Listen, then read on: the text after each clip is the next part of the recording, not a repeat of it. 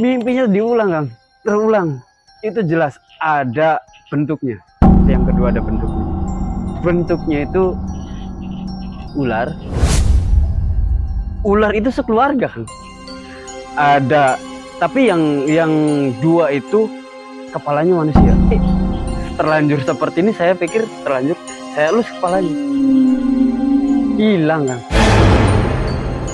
Saya mau elus kepalanya, hilang. Saya dengar kok suaranya makin dekat, makin dekat. Itu manggil nama saya. Semakin dekat, semakin dekat.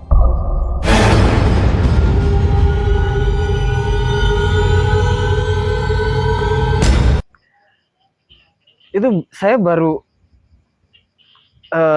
ya mungkin ada setengah jam, Kang. Itu si Abah itu nyusul. Dia teriak-teriak. Saya hanya mendengar suaranya. Saya pikir ini gangguan lagi mungkin. Ini makhluk lain lagi mungkin. Dan saya dengar kok suaranya makin dekat, makin dekat. Itu manggil nama saya. Semakin dekat, semakin dekat. Terpal itu dibuka oleh Abah. Saya kaget dong. Saya langsung bangun. Tapi setelah itu anak saya itu nggak ada. Nggak ada. Dan ternyata udah digendongan Abah. Saya dimarahin. Jangan lagi-lagi kamu bawa anak tidur di sini. Ah, kenapa, Bah? Dia bercerita. Anak saya itu sedang main-main dengan tadi kan ada 3 ular kecil ya. Dengan 3 ular kecil. Sedang bermain katanya di area petilasan. Itu udah digendongan Abah, kan. Saya nggak ngeh anak saya itu nggak ada di samping. Saya dimarahin habis sama Abah. Akhirnya malam itu juga setelah itu saya diajak turun sama Abah. Seingat saya itu jam 2-an lah. Jam 2 saya suruh turun sampai ke pos 2 itu. Seingat saya itu perjalanan paling cepat saya selama naik gunung ke Tampomas dari puncak ke pos 2 itu setengah jam. Setengah jam.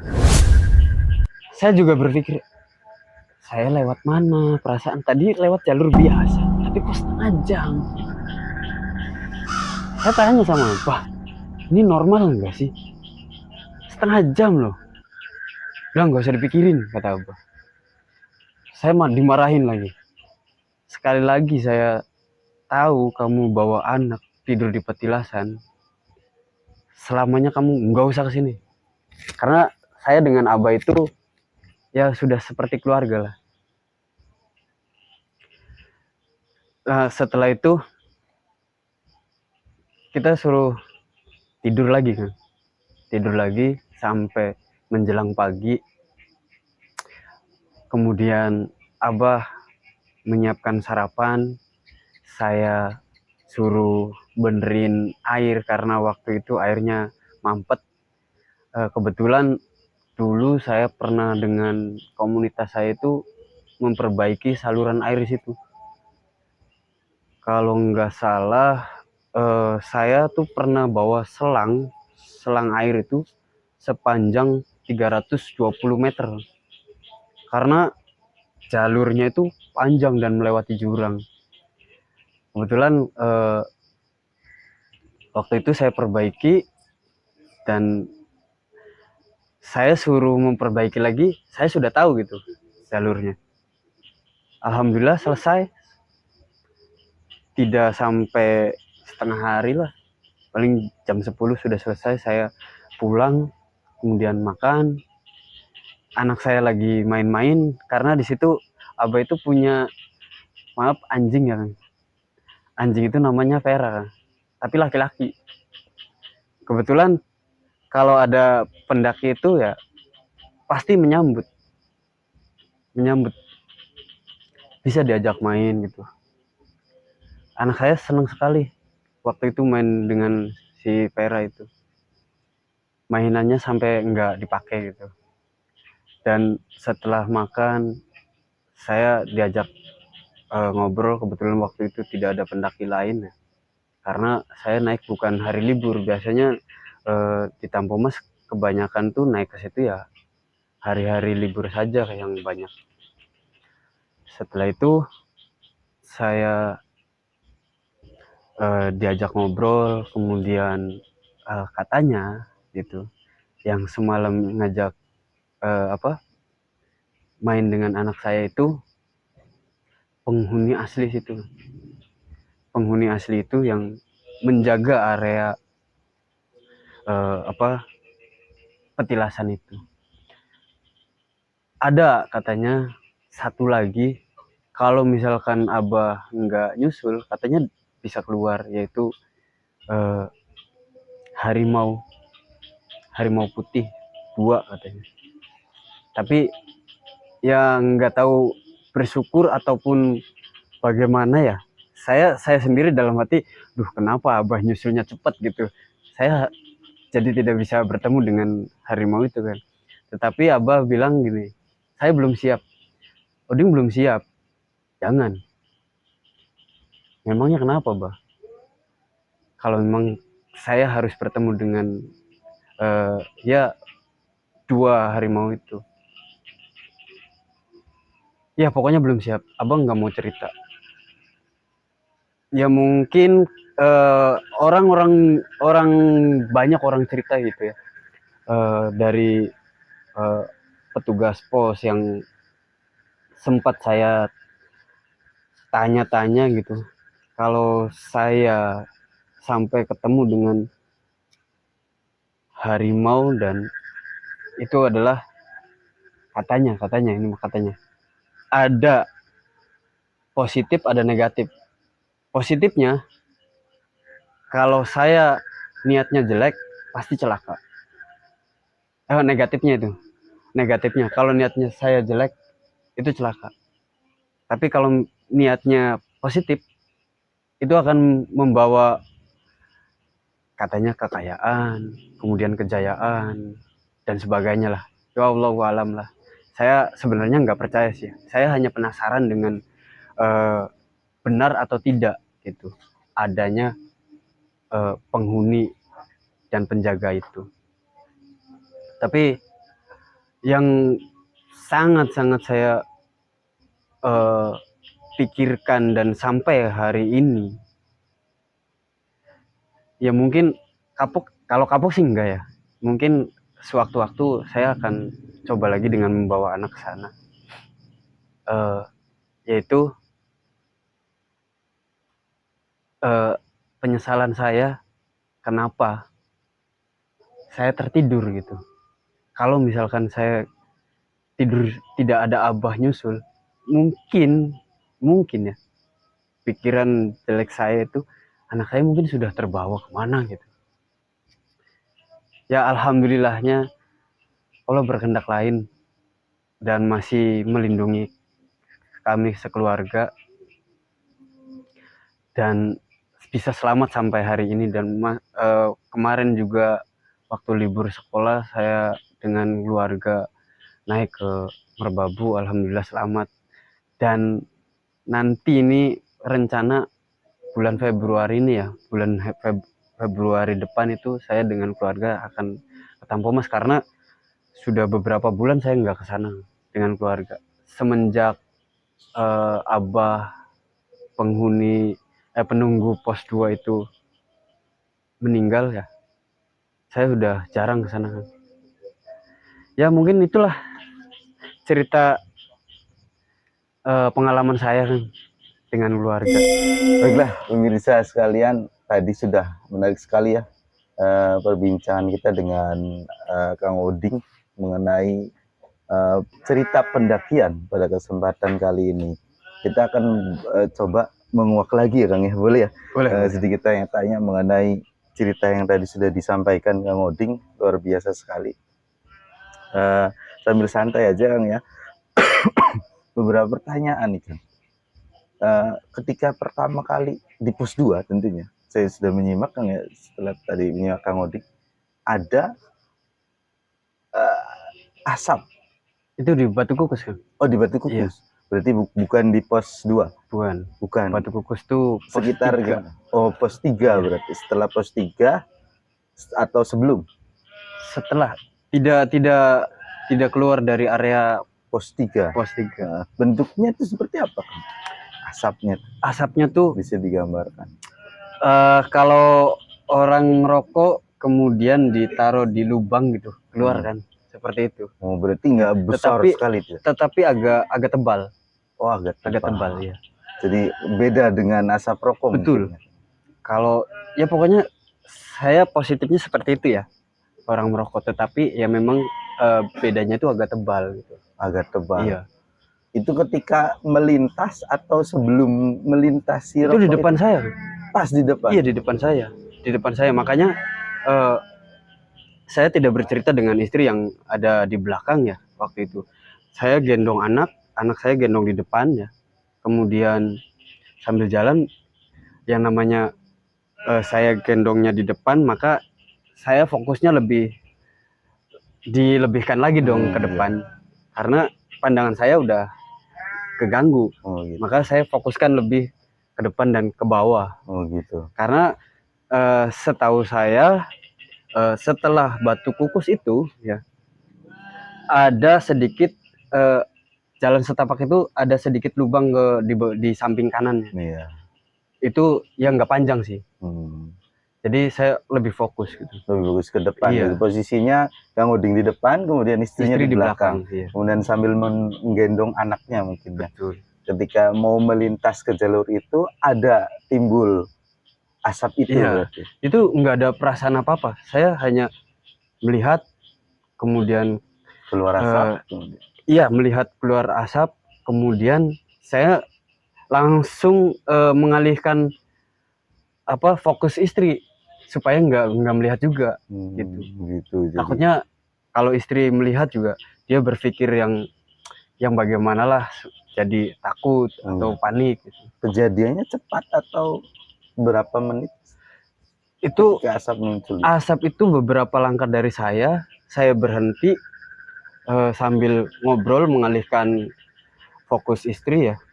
Kemudian setelah saya ngobrol, saya pandangan beralih, kemudian saya lihat lagi masih ada, tetapi udah mulai menipis. Tapi saya nggak langsung jalan, saya ajak ngobrol lagi, dan saya lihat lagi udah hilang.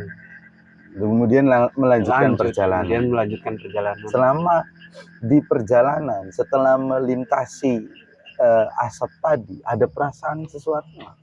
Sebenarnya tidak ada gangguan lain, tetapi pikiran saya sebenarnya saya tuh pengennya tuh udah positif aja. Tetapi yang namanya pikiran ya, melihat seperti itu ya pasti ada pikiran kan. Ya betul. Panik sedikit. Iya, ya panik jelas karena pendakian pertama saya dengan keluarga. Bersama keluarga. Iya, apalagi bawa anak 8 bulan gitu. Oke. Bisa diingat mungkin Kang ketika saat itu mungkin korelasi dengan hari apa atau malam apa gitu?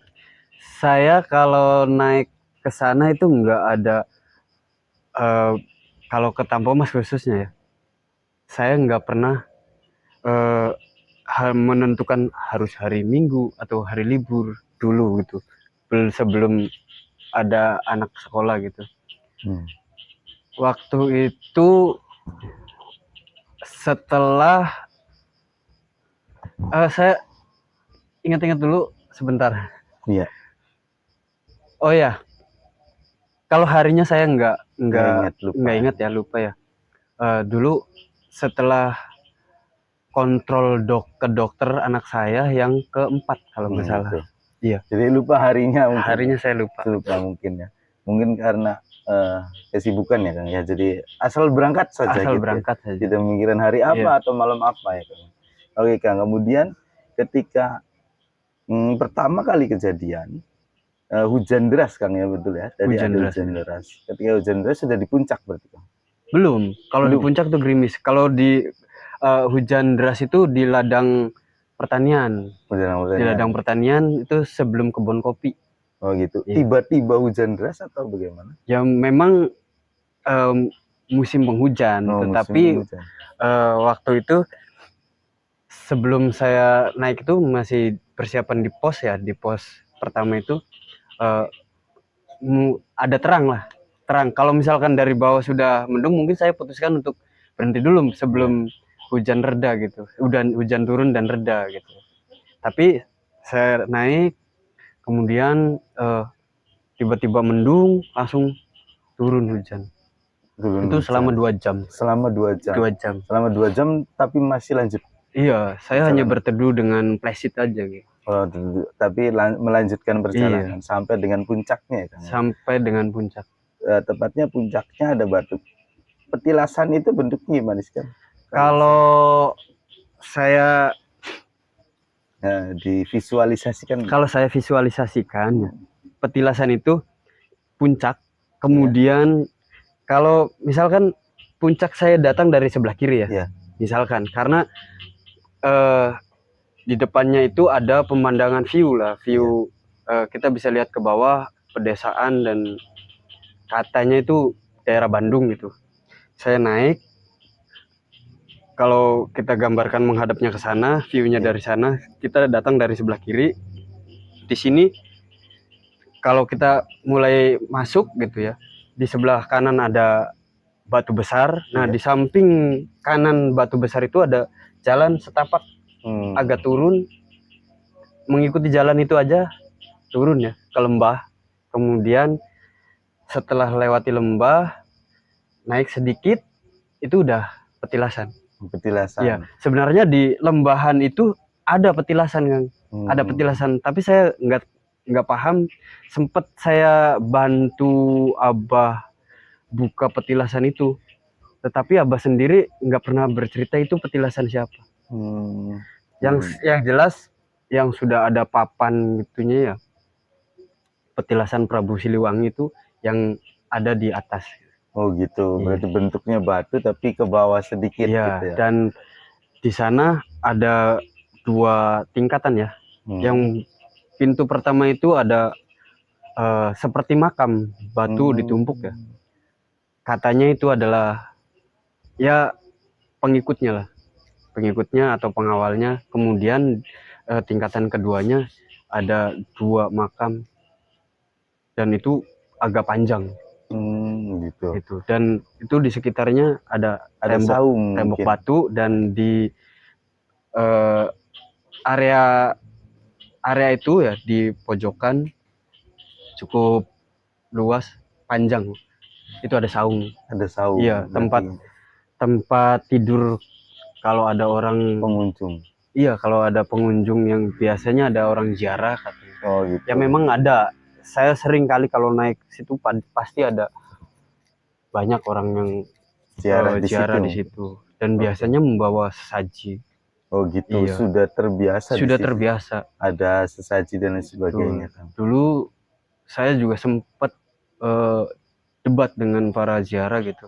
Saya tidak melarang orang-orang ziarah, tetapi saya minta kalau bawa sampah itu dibawa turun lagi. Ya, dan dulu ada debat itu dengan justru orang Indramayu gitu. Gitu. Karena kata orang itu, orang yang ziarah itu kebanyakan orang Indramayu. Oh gitu. Iya. Orang Indramayu dan Subang, Cirebon. Yang ziarah sering menginap berarti, Kang, di situ. Iya, bahkan ada yang berminggu-minggu nginep di situ. Oh begitu. Jadi dari bawah itu membawa perbekalan. Iya. Nyampe di situ, kalau misalkan perbekalannya habis, dia turun ke mencari logistik yang terdekat, kemudian naik lagi. Sampai berminggu-minggu, nggak tahu apa yang dicari. Oh gitu. Iya. Saya nggak pernah tanya sebenarnya cari apa atau apa. Saya nggak pernah. Yang jelas sekalian saya berpesan kepada orang-orang yang suka berziarah, sering berziarah ke situ, dan yang ada niatan berziarah ke situ. kalau bawa sampah, terutama itu botol ya, Iya, banyak sekali. Karena katanya kelapa hijau itu diganti dengan Sprite. botol. Iya, itu botolnya banyak sekali kan. Saya sering kali membawa botol dari atas itu sampai 8 keril, 9 Wah, keril, luar paling biasa. sedikit itu 6 keril. 6 K Iya, luar biasa, paling banyak sekali sedikit. kan. Saya sering karena saya sering mengadakan sapu Sapu gunung Iya, waktu muda iya, ya. Kalau waktu muda sekarang dulu. paling ya ikut membantu gitu. Oke. Ini kan untuk sosok Abah sendiri kan, saya menarik ke sosok Abah nih. Sosok Abah sendiri emang penduduk asli yang mengetahui tempat tersebut atau memang eh, pendatang, Bah? Sosok Abah itu sebenarnya tidak asing bagi pendaki yang sering melakukan pendakian di gunung tersebut. Tidak asing karena dia selalu stay di pos 2. Kegiatannya bertani, berkebun gitu. Dan sesekali ya berburu. Kebetulan dengan saya waktu itu karena saya sering melakukan kegiatan sapu gunung, kemudian dulu saya juga sempat menanam tanaman yang bisa bisa dimanfaatkan untuk para pendaki kalau kehabisan logistik gitu. Jadi alhamdulillah saya dengan Abah itu akrab. Ya sudah seperti anak gitu, sudah dianggap anak. Bisa dibilang berarti Abah itu mengetahui betul seluk-beluk yang di Tahu betul. tempat tersebut. Dari seingat saya ya, waktu itu saya SMP itu beliau sudah menghuni pos 2, membuat saung. Dan dulu saya tuh pernah membantu membuat saung. Saungnya saya pernah membantu. Kebetulan saya mendaki ke sana, Abah baru, kalau bertaninya itu sudah lama Kang. Bertaninya di situ udah lama. Dan baru menghuni tetap di situ ya, tempat tinggal di situ itu setelah saya SMP. Kebetulan saya mendaki di sana, Abah sedang membuat saungnya dulu belum tingkat Kang. Baru saung biasa lah, katanya untuk tidur di sini kalau misalkan dia kemalaman atau enggan untuk pulang capek gitu. Saya sempat membantu. Tapi untuk saung yang kedua ini setelah renovasi dan menjadi tingkat itu ya, saya nggak tahu saya mendaki itu udah jadi. Berarti Abah memang penduduk asli sekitar yang memelihara sekitar situ ya Kang ya, khususnya di petilasan itu ya Kang. Dan saya baru tahu di Tampomas itu banyak puncaknya itu ya dari Abah. Jadi bukan puncak yang ada petilasannya itu aja. Gitu. Ternyata di Tampomas itu banyak puncak. Ada puncak-puncak lain kan. Iya.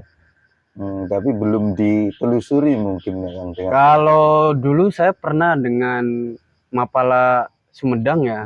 Dulu saya pernah dua puncak saya menelusuri, tetapi lebih dari itu.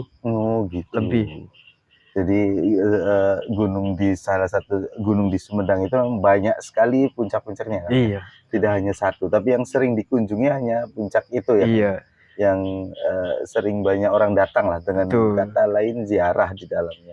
Oke Kang, untuk selanjutnya ketika mimpi ini ya Kang, kita bicara mimpi, adakah mungkin feeling ataupun perasaan ketika mimpi itu seolah nyata di dalam benaknya Kang Oding waktu itu? Nah, ya itu. Perasaannya gimana sih Kang? Anehnya seperti itu ya. Biasanya orang-orang yang mengalami gangguan seperti itu kan ada seperti merinding atau apa. Itu saya nggak mengalami yang merinding. Itu sampai saya berhadapan dengan sosok ular itu pun saya nggak merasakan merinding. Saya hanya kaget dengan suaranya yang halus memanggil saya. Saya langsung balik badan kan waktu itu, saya langsung melongo melihatnya. Kemudian sosok seekor kera itu yang mukanya nggak ada bulunya itu, saya nggak merasakan merinding atau apa. Saya seperti ya biasa aja, dan mimpi itu ya mimpinya ya apa ya, dikatakan mimpi tapi seperti nyata gitu. Dan memang setelah itu saya melihat sendiri kan gitu. Jadi ketika terbangun dan langsung melihat Iya, melihat langsung itu ya saya sedikit apa ya, percaya atau tidak apakah ini saya hanya ilusi ataupun apa. Saya sempat tidak percaya sih sebenarnya. Gitu. Karena gangguan-gangguan saat mendaki itu saya sering terjadi Kang ya. Tetapi dengan sosok-sosok yang aneh itu ya baru itu. Biasanya kan gangguannya itu kan seperti sosok mungkin pendaki yang sudah meninggal hanya selewatan gitu. Atau mungkin kata orang sih ya kuntilanak, pocong dan sebagainya kan, bentuk-bentuk seperti itu ya. Nah ini saya tuh berhadapan dengan sosok mungkin dikatakan siluman atau bagaimana lah ya, nggak tahu lah namanya apa, sosoknya ular tetapi kepalanya setengah manusia, badan badannya itu manusia. luar biasa sekali. Berarti bisa digambarkan nggak Kang kalau mukanya menyeramkan atau punya taring atau bagaimana Kang? Yang saya lihat itu tidak menyeramkan. Justru seperti bersahabat ya, karena sosoknya itu walaupun setengah badan ya kelihatan gagahnya gitu, gagah, tetapi apa mimiknya itu ya seolah-olah ramah gitu. Gitu. Ramah. Jadi tidak ada taring. Tidak ada atau mungkin taring. Telinganya mungkin kata orang normal seperti manusia biasa. Normal seperti manusia. Cuman ada sedikit perbedaan dari tubuh, bentuk tubuhnya saja mungkin Kang. Jadi ke atasnya tetap seperti manusia pada layaknya. Sama dengan kera juga ya Kang. Kera juga ya sama. Ya kera aja. Mukanya manusia. Hanya mukanya saja. Manusia. Ya mungkin ya. Mungkin kera ada kelainan atau apa, tetapi ya mukanya itu tidak ada bulunya. Gitu. Tapi mukanya muka kera atau manusia kan? Kalau dilihat secara dekat ya, karena waktu itu saya sempat mendekat ya. Kalau kera itu kan biasanya di sini apa ya, ada perbedaan ya. Ada. Itu mulutnya mulut manusia. Gitu. Mulutnya manusia, tapi hidungnya emang agak lebar ya, kera lagi. Ya, hidungnya tapi mirip lah seperti manusia, cuman bedanya tidak ada bulu. Tidak ada bulu di muka saja. Oke, sebelum kita tutup acara ini Kang, satu pertanyaan lagi mungkin yang rada sedikit mendalam. Ketika Abah bercerita tentang penghuni situ seperti itu, ada beberapa makhluk lah mungkin ya penghuni situ, dan yang terakhir adalah sosok yang akan menceritakan yaitu harimau itu. Nah mungkin tidak Kang itu perwujudan dari tokoh yang memang di petilasan tersebut Kang? Setelah Abah bercerita ya, memang Abah ada yang ditutup-tutupi ya, tidak bercerita semua, hanya katanya kalau misalkan Abah nggak secepatnya naik gitu ya. Saya juga nggak paham kenapa Abah kok bisa tahu saya ada di puncak gitu. Saya waktu itu sebenarnya sempat bertanya kenapa Abah sampai tahu gitu.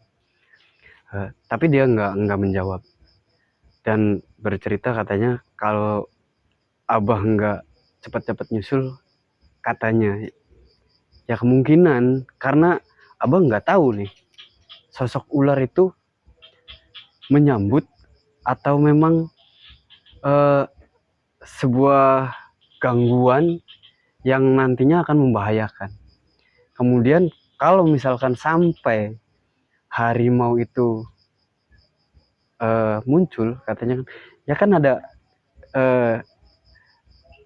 positif dan negatif.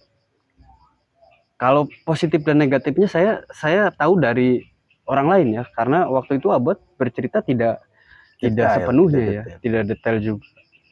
katanya hanya kamu belum siap. Kalaupun positif kamu belum siap.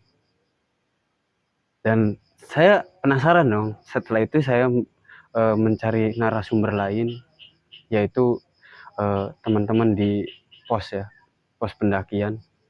Saya sempat bertanya, katanya kalau misalkan bertemu sosok itu ya ada 2 kemungkinan, positif dan negatif. Kalau niat kita baik ya, mungkin kita akan mendapat kekayaan, kejayaan dan sebagainya. Kalau niat kita negatif katanya ya yang bisa celaka lah gitu. Oh gitu. Iya. Jadi ada mungkin sosok itu adalah kaitannya dengan tempat tersebut pokoknya makanya. Saya Seperti itu. beberapa sumber yang saya tanya itu ya, memang katanya ya, wallahu alam lah, ini hanya sumber dari orang ya, percaya atau tidak, katanya memang harimau itu adalah perwujudan dari pengawal dari Prabu Siliwangi. Katanya, tapi ya nggak tahu lah, wallahu alam. Ya, hanya berita burung lah, Iya, hanya berita betul, kabar hanya narasumber dari manusia yang tidak sepatutnya kita yakini, tetapi betul. hanya kalau misalkan hanya untuk pengetahuan dan ya mungkin hanya untuk cerita-cerita seperti ini ya boleh saja kita cari narasumber, dan cerita-ceritanya cukup menarik juga menurut saya ya. Jadi saya tertarik gitu untuk mencari cerita tersebut. Ya, cerita tentang penguasa itu lah boleh dibilang ya Kang.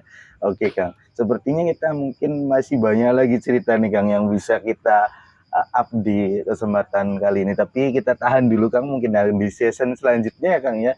Mudah-mudahan Kang Oding juga bersedia untuk kembali di episode selanjutnya Kang, untuk menceritakan tentang lebih jauh di dalam. Mudah-mudahan ya ada umur panjang, ada kesehatan juga, jadi kita bisa diberikan kesempatan untuk saling tukar cerita gitu. Betul sekali tentang sekitar pendakian, karena menurut saya sendiri Kang Oding sangat berpengalaman untuk menceritakan pendakian dan sebagainya. Mungkin dengan tema yang lain di Olala tentu mungkin bisa bercerita lebih jauh tentang sharing pengalaman dan sekilas tentang pendakian seperti itu ya Kang ya.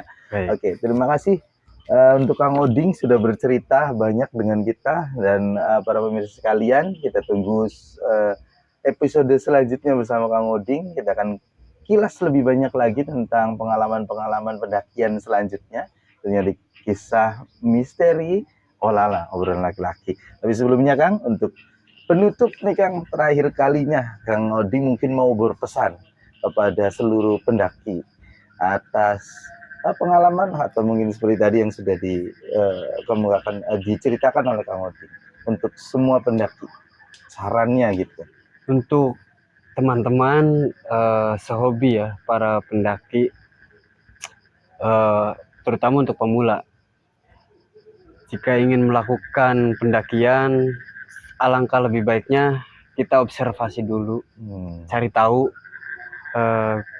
gunung yang akan kita daki itu bagaimana kondisi cuaca pada saat kita akan mendaki, kemudian bagaimana kondisi trek jalur yang akan kita lalui, agar kita punya persiapan, terutama perbekalan logistik dan peralatan kita. Kalau misalkan belum memumpuni, lebih baik kita pending lah. Ya, atau minta didampingi yang ahli gitu. Kalau misalkan sudah tidak sabar, biasanya kalau mendaki mau mendaki itu kita optimis gitu ya. Saya harus naik. Nah, kalau misalkan memang sudah tidak sabar ya, banyak kok tempat-tempat yang menyewakan peralatan pendakian. Kita sewa saja. Kemudian kalau bisa kita minta dampingan dari teman-teman kita yang sudah pernah mendaki ke situ. Jadi lebih aman gitu. Untuk masalah sampah sendiri kan dia bawa lagi ya. Nah, itu yang paling penting. Betul sekali. Sampah ya, saya rasa dimanapun tempatnya sampah itu menjadi masalah ya, Betul. menjadi masalah apalagi di gunung. Dan Tampomas khususnya itu adalah salah satu sumber air bagi penduduk Subang, Indramayu, dan Cirebon sebagian. Alangkah lebih baiknya warga-warga yang